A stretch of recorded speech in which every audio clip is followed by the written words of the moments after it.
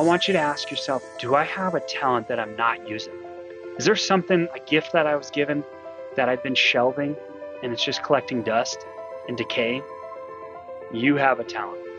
I know that you have a gift that was given to you from God, and it's time to use it. It's time to use it. Shine your light. Show other people that gift that you have. Inspire other people. Be the light in their world, because when you shine, it inspires other people to do the same thing. Shine your light. Use your gifts. Use your talents. And that's how you create the fulfilling life, the purposeful life, the one that you're just so full of fire and energy and you just love it. Yes, woo! That's how you do it. You use those talents to their fullest and you bring that passion with you. What talent do you have that the world needs to see? Once you figure that out, you answer that question and you hone it and embrace it, man, your life gets so exciting. This is the Dream Chaser Show.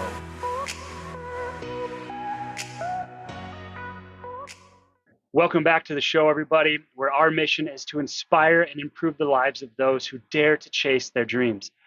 And I'm your host, Eric, and today I'm so excited to have you because we're going to be talking all about talents, these God-given gifts that I know that each and every one of you listening has, and you might not even be using it. So we're going to dive into that. And what's beautiful about it is once you realize and truly hone your talents and your gifts that you have, you can use them to create a fulfilling life where you're absolutely excited to wake up, get out of bed, and attack your day. Like, yes, woo, let's go, baby. And the truth is, I know that we have these hills and these valleys in our life where sometimes we're on top, and just like I said, we're excited and we're thrilled to be doing what we're doing because we just love it and we're fulfilled and all these things.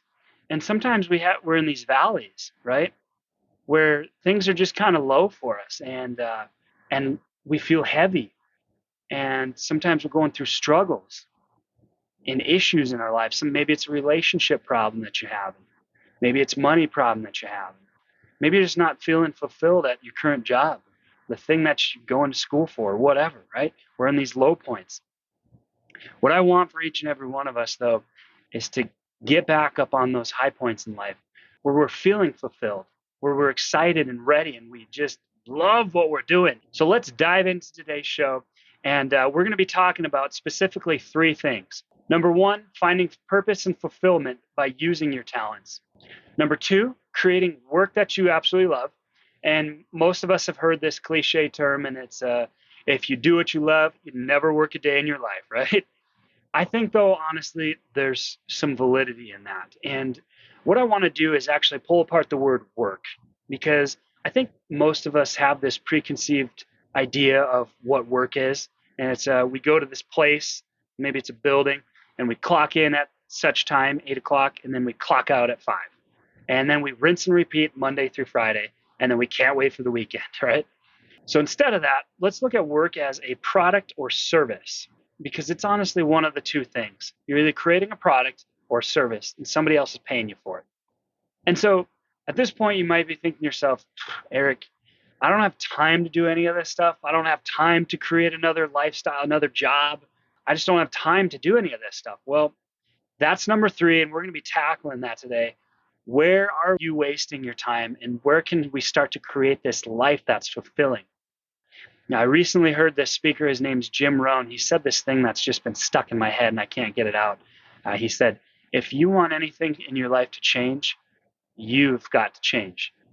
And I'm like, yeah, that's so true, right? Like, how many times in our lives were we just like, man, if only I had this thing, if only I had more money, my life would be better. If only I had this house, my life would be better. If only I had this girlfriend, this boyfriend, this whatever thing to complete me, my life would be better. Well, our lives are never going to change unless we change. So the biggest opportunity where we can start to make a positive change in our life is in our spare time. And so we're going to dissect where we're using our spare time. Are we using it wisely, or are we throwing it away? All right, here we go. You guys ready? Let's do this. So I want you to do something with me. Let's go arm in arm and take a journey back into your childhood and find a time in your life where you absolutely loved one thing, specific thing. You were really good at it. You could spend all your time doing it. In fact, you just lost track of time doing it. Okay. And I'll help you kind of ignite that flame. So some of you, you were really artistically inclined, really good at drawing, good at painting, maybe good at writing. You're just really creative as a child. Some of you might have been working with your hands. You could build anything out of Legos and Connects, and you just were really good at making things with your hands. And for others, you might have been really musically inclined. You could play an instrument, you could sing and dance. I definitely can't do most of those things. Mine was I just loved making videos. Now, I had this really crappy camcorder that I got from Walmart for like $20 or whatever, and I mean it was horrible. Like you'd watch your videos and it had like the little lines on it, like VHS tapes, right? For those of you old enough, you know what a VHS tape is. And so, but I didn't care, right? I would set it on the ground and I would take my dinosaurs and I would make this epic battle scene where like the little ones are attacking the big T-Rex, and they'd have to overcome obstacles and basically crush the T-Rex, and then the video was over. And sometimes I'd use Legos and Army Men and all kinds of stuff.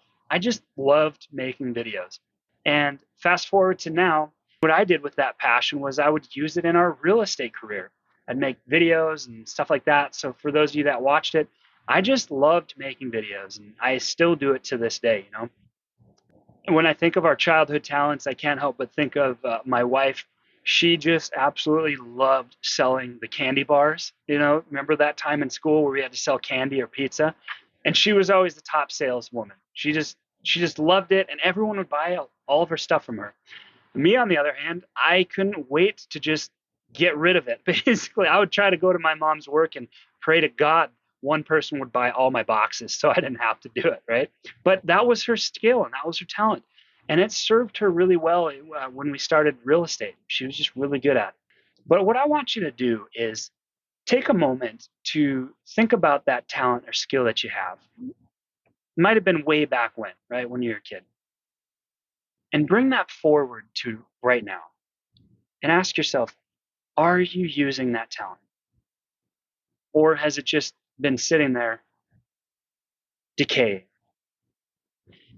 And we know that if we don't use it, we lose it, right? But the good news is there's still probably a little bit of that flame left. We can still take that ember, fan it, and create a flame out of it. So bring that into today and say, hey, how can I start using that again? How can I reignite that passion? Because that's something that you have, that gift that you need to use.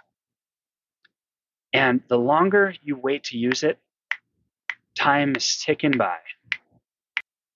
And what I want for everybody listening is to have fulfillment and a purposeful life where you're excited to do what it is that you do. And now that we have that passion in our mind, we have to start to dissect and figure out how can we use that to create work that we absolutely love, right? And like I said before, you might be thinking to yourself, dude, Eric, I got a full-time job, I got kids, I've got all these obligations, and I don't have time to create this other job or business that you're talking about. Well, like I alluded to earlier, this is the point where we look into our time and say, how are we using our free time? So think about this truly and take an honest inventory. When you get home from work and after all of your stuff is settled, what are you doing with your time, your free time? Are you spending it on hours of watching TV? Does your Netflix account get used more than your gym membership, right? How many hours are you spending watching movies, YouTube, scrolling Facebook, Instagram, Pinterest, all these things that are basically designed just to waste our time, just to completely waste our time? Scrolling through these social medias does us zero good. And if we're not careful, some of those time wasters can become full-blown addictions where they feel like completely entrapping and we can't get out of them. Just to name a few: drugs, alcohol, sexual addictions like pornography and stuff like that, gambling, even social media can be an addiction. So now at this point, we need to ask ourselves, how can we change? How can we begin to shift our time waste into usefulness? In order for things to change, we need to be willing to change. You need to be willing to change. And a great time to make a change is by altering our time waste and spending it on something that's actually going to serve us in the future. Serve us in the future. Remember that wasting your time and talents is an insult to your creator and the people who believe in you. So if you're not motivated to change for yourself, be motivated to change for your family, for your kids, for your spouse, for your loved one, for your friends. Somebody believes in you. Don't insult them by wasting all your time. I'm a man of faith, and so I'm reminded of this story in the Bible where it's in Matthew, and Jesus is talking about how we are all like a lamp. We have light inside of us, and we're like a lamp. And I want to read that for you. In Matthew 5:14, he says, "You are the light of the world, and a town that's built on a hill cannot be hidden. Neither do people light a lamp and put it underneath a bowl. Instead, they put it on its stand, and it gives light to everyone in the house. In the same way, let your light shine before others, that they may see your good deeds and glorify your Father in heaven." It says, use your light. Do not hide it. Do not hide your talents, and do not just let them sit and waste away. And the beautiful thing is, once you start to use your talents and you shine that light out for others to see, you will inspire other people to do the exact same thing, right? We all know somebody who's extremely inspiring, who we just love being around because they're upbeat and positive and motivational. And we also know the opposite, right? I call them energy vampires. The people who just suck all of our energy away. Like whenever you're around them, their shoulders are slouching and nothing's going right, and they complain. It's like, dude, you just need time away from them because they suck all your energy away. So it's important to remember that. Be the light. Shine your talents. Show other people you're using those talents to chase your purpose and create a fulfilling life. And one other story that I'm reminded of is in the Bible. It's also in Matthew. And Jesus is talking about when a master goes away on a trip and he leaves his entire kingdom and all of his possessions to his servants. And they use this word talents, and I don't think that it's a coincidence. Talents at that time was considered bags of gold, money. But I find it interesting that they use the word talents. So let's dive in. Here's how it goes. Jesus says, "The kingdom of heaven is like a man traveling to a far country, who called his servants and delivered his goods to them. To one he gave 5 talents, to another he gave 2, and to another he gave 1, each according to his own ability. And immediately he went away on his journey." So at this point, we have this master who's about to head out on a journey, and he's left his servants in charge of everything. And he gave them, one of them he gave 5 talents, the other he gave 2, and the other he gave 1. All right, let's continue. "Then he who had received the 5 talents went and traded them and made another 5 talents. And likewise, he who had received 2 talents gave 2 more. But he who had received 1 talent dug a hole in the ground and hid his Lord's money." So at this point, we've got the first guy. He went, used his talents. He shined his light, used his talents and his time effectively, and created 5 more. The other guy who had 2 talents did the same thing, got 2 more. But the last guy, he just had 1 talent and hid it in the ground. And after a long time, the Lord of those servants came and settled accounts with them. So he who had received the 5 talents came and brought his 5 talents forward, saying, "Lord, you've delivered to me 5 talents. Look here, I've gained 5 more talents beside them." His Lord said to him, "Well done, good and faithful servant. You were faithful over few things. I will make you ruler over many things. Enter into the joy of your Lord." So the master was excited and happy for him. He goes, "Well done, good job. I gave you this, you used it, you created more. Great job." Then he who had received 2 talents came and said, "Lord, you delivered to me 2 talents. Look, I gained 2 more talents beside them." And his Lord said to him again, "Well done, good and faithful servant. You've been faithful over a few things. I will make you ruler over many things. Enter into the joy of your Lord." So now we have this other guy, same thing. He had the 2 talents, made 2 more, and his master said, "Well done, great job. I'm going to give to you more." Now let's find out what happens to the guy who hid his talent and never used it. Then he who had received the 1 talent came and said, Lord, I knew you to be a hard man, reaping where you had not sown and gathering where you had not gathered seed. And I was afraid. I went and hid your talent in the ground. Look, there you have what is yours. So he just basically gave it back to him. But his Lord answered and said to him, You wicked and lazy servant. You knew that I reap where I had not sown and gathered where I had not gathered seed. I kind of imagine he'd being sarcastic here. He's obviously very pissed. He's angry. And he goes on to say, So you ought to have deposited my money with the bankers, and at my coming I would have received back my own with interest. So take the talent from him and give it to him who has 10 talents. So he rips that talent away and gives it to the guy who has 10 talents. And here's where it gets pretty bad. He goes on to say, For everyone who has, more will be given, and he will have abundance. But for him who does not have, even what he has will be taken away. And cast that unprofitable servant into the darkness, where there'll be weeping and gnashing of teeth. So he's basically saying, cast him into hell. Get rid of him. Because he was lazy. He didn't use the talents that he was given.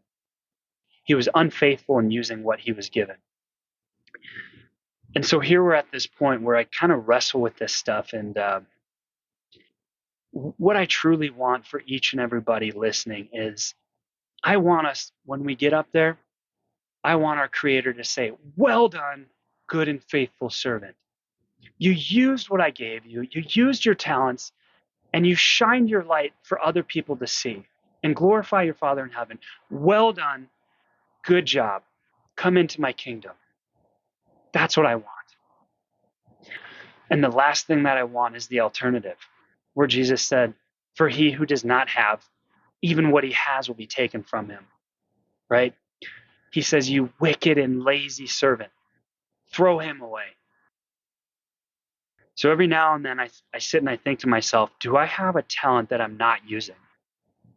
Is there something, a gift that I was given that I've been shelving and it's just collecting dust and decaying? And when I came across this, man, that hit me hard, because I don't want to get up there and have him say, take from him what was given to him and give it to somebody else. And I don't want that for anybody listening. I know you have a talent. I know that you have a gift that was given to you from God. And it's time to use it. It's time to use it. Shine your light. Show other people that gift that you have. Inspire other people. Be the light in their world, because when you shine, it inspires other people to do the same thing. Shine your light. Use your gifts. Use your talents. And that's how you create the fulfilling life, the purposeful life, the one that you're just so full of fire and energy and you just love it. Yes, woo! That's how you do it. You use those talents to their fullest, and you bring that passion with you. So as we end this show, I want you to ask yourself one question. Think about it, truly. Shut off the episode. Maybe go on a walk. Maybe just sit in silence. Or maybe when you're laying down in bed at night, think about this question. What talent do you have that the world needs to see? What talent do you have that the world needs to see? Once you figure that out, you answer that question, and you hone it and embrace it, man, your life gets so exciting. And I'm so excited for you. Thanks so much for listening, guys. And do me a favor. If you like this episode, share it with somebody. Send it to somebody you know, because you never know who you're going to inspire. You never know who we can help fan that flame, reignite those passions, and help them chase their dreams. Take care, guys. We'll see you next time.